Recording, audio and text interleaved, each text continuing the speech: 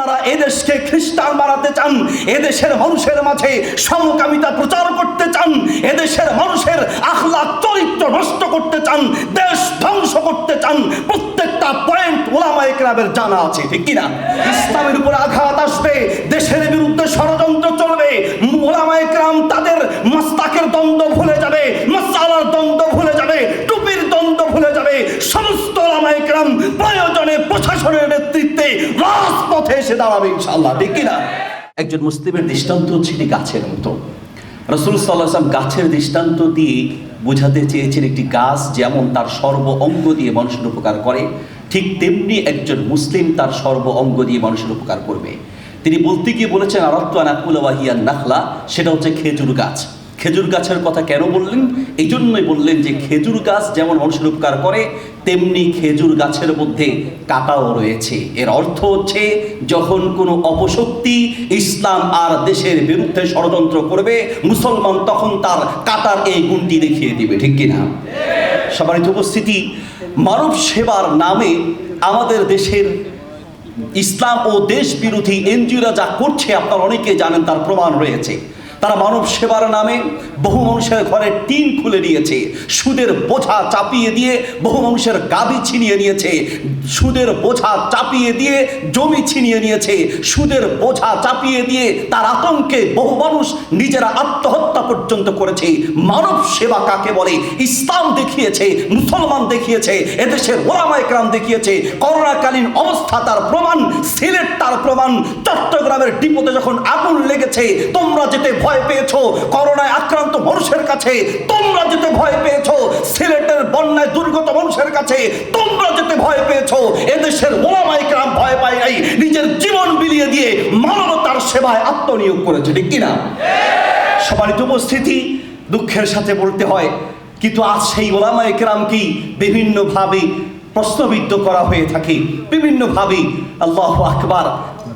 এদেশের ওলামায়ে কেরাম নিজেদের জীবন দিয়ে দেশকে ভালোবাসে, তার প্রমাণ হচ্ছে এই দেশের কোনো আলেম বিদেশে টাকা পাচার করে তার কোনো প্রমাণ নাই, এদেশের কোনো আলেম বিদেশে ঘর বাড়ি তৈরি করে তার প্রমাণ নাই। তারাই হচ্ছে দেশদ্রোহী, তারাই হচ্ছে দেশ বিরোধী, যারা দেশের টাকা বিদেশে পাচার করে বিদেশের মানুষের কাছে বিদেশের নিজের ঘর বাড়ি তৈরি করে, ঠিক কিনা?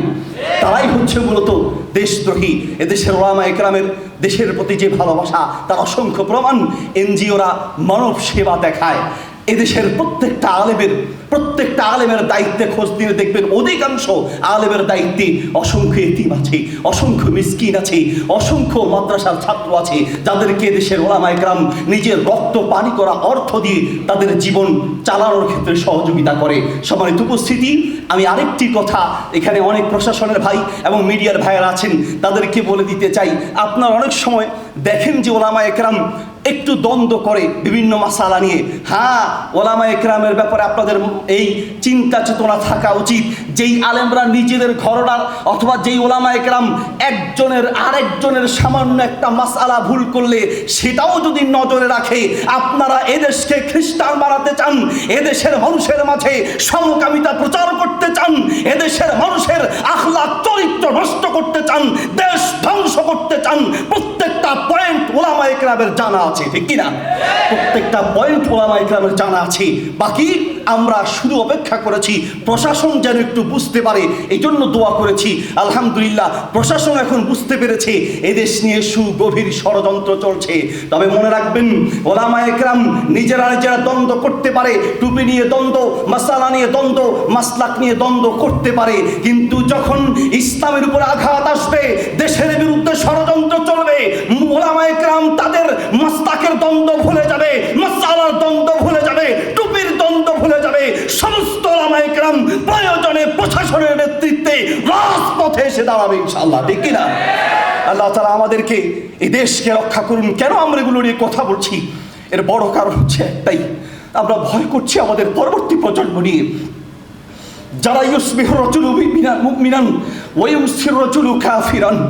এমন একটা পরিস্থিতি হয়ে দাঁড়িয়েছে, সকালে ইমানদার তো সন্ধ্যায় কাফের হবে, সন্ধ্যায় ইমানদার তো সকালে কাফের হবে। ট্রান্সজেন্ডারের ফিতনা সহ এমন নব উদ্ভাবিত এমন ফিতনা তৈরি হচ্ছে, আমরা তো কোনো রকম পার হয়ে যাচ্ছি। কিন্তু ভাবছি আমার সন্তানের কি হবে, আমার পরবর্তী প্রজন্মের কি হবে, আমার পরবর্তী প্রজন্মের যারা আসবে তাদের ইমানের কি হবে। আমরা যারা কিছু সচেতন আছি আমরা না হয় বুঝতে পারছি তাদের ফিতনা সম্পর্কে, কিন্তু আমি তো ভাবছি সেই সরল মনা মুসলমানদের ব্যাপারে যাদের ইমান ধ্বংস করে দেওয়া হচ্ছে। একজন মুসলমানের কাছে সারা দুনিয়ার চেয়ে তার ইমানের দাম বেশি, ঠিক কিনা? আমি তো আমার জন্য ভাবি না, আমরা তো আমাদের জন্য কথা বলি না। আপনি আমার ঘর নিয়ে যান তাও আমার দুঃখ নাই, জমি নিয়ে যান তাও দুঃখ নাই, কিন্তু এদেশের মানুষের ইমানের যদি আপনি আঘাত করেন ওলামা একরাম চুপ থাকবে না ইনশাআল্লাহ, ওলামা একরাম চুপ থাকবে না ইনশাআল্লাহ। আল্লাহ তাআলা আমাদেরকে তৌফিক দান করুন, এদেশের মানুষের ইমান হেফাজত করুন এবং দেশকে রক্ষা করুন। জাযাকুমুল্লাহ খায়র, বারাকাল্লাহু ফিকুম, ওয়াসসালামু আলাইকুম ওয়া রাহমাতুল্লাহি ওয়া বারাকাতুহু।